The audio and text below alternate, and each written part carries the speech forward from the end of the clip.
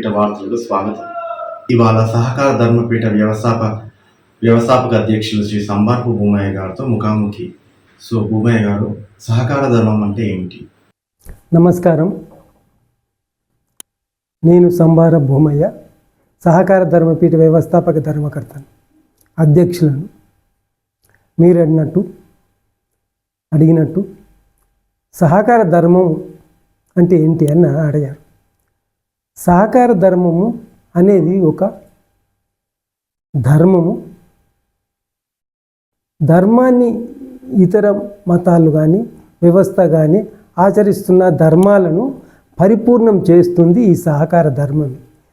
ఉప్పు వస్తుంటుంది అన్నట్టు. ఒక కూర నీకు మంచిగా రుచి ఉండాలంటే ఏ రకంగా ఉప్పు అవసరమో అదే రకంగా ధర్మము పరిపూర్ణత, ఏ ధర్మమైనా వీళ్ళకి ఏ ఆర్థిక వ్యవస్థ అయినా పరిపూర్ణత కలగాలంటే సహకార ధర్మం అమలు ద్వారానే ఆ మతానికి కానీ ఆ ఆర్థిక వ్యవస్థకు కానీ పరిపూర్ణత ఏర్పడుతుంది. ఇదే సహకార ధర్మం అంటే ఏంటి?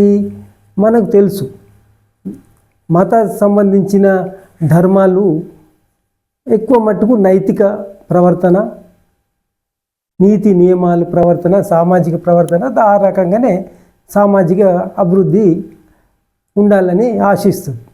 కానీ ఈ మత సంస్థలు ఆర్థిక విధానం గురించి వాటికి స్పష్టత ఉన్నా దాన్ని సరిదిద్దడానికి అది మతము తీసుకోకుండా ఏమంటుంది, పాలకులే దాన్ని పరిష్కరించాలి, పాలకుల బాధ్యత, మతం వ్యవస్థ బాధ్యత కాదు అనేది ఏ మతాలైనా చెప్తూ ఉంటాయి. మరో ప్రక్క ఏంటి? రాజకీయ వ్యవస్థలు ఏదైనా ఒక ఆర్థిక కార్యక్రమం ద్వారానే ఆ రాజకీయ పార్టీలు ఉద్భవిస్తాయి. వాళ్ళు నమ్మిన ఆర్థిక విధానానికి అనుగుణంగా వాళ్ళు ఆ పరిపాలన చేస్తారు. ఇక్కడ మనకు ప్రపంచంలో 2 ఆర్థిక వ్యవస్థలు ఉన్నది. ఒకటి పెట్టుబడిదారీ ఆర్థిక వ్యవస్థ, రెండోది సామ్యవాద ఆర్థిక వ్యవస్థ.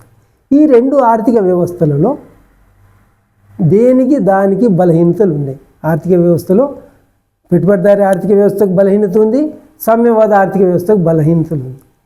ఈ బలహీనతల నేపథ్యంలో ఈ సహకార విధానము ఆ బలహీనతను సంస్కరింపజేసి ఆ ఆర్థిక విధానంను నిరంతరం సస్టైనబుల్ కావడానికి పరిపూర్ణత కలిగిస్తుంది ఈ సహకార ఆర్థిక విధానం అన్నట్టు. అంటే ఒక పక్కకు ఆ మతానికి బలోపేతం చేస్తుంది, పరిపూర్ణత ఇస్తుంది. మరో పక్కకు ఆ దేశం అనుసరిస్తున్న ఆర్థిక విధానాన్ని కూడా పరిపూర్ణత చేసి ఆ దేశం యొక్క ఆర్థిక వ్యవస్థ, రాజకీయ వ్యవస్థ స్థిరంగా ఉండేటట్టు ప్రయత్నం చేస్తుంది. ఇదే సహకార భావన, ధర్మము.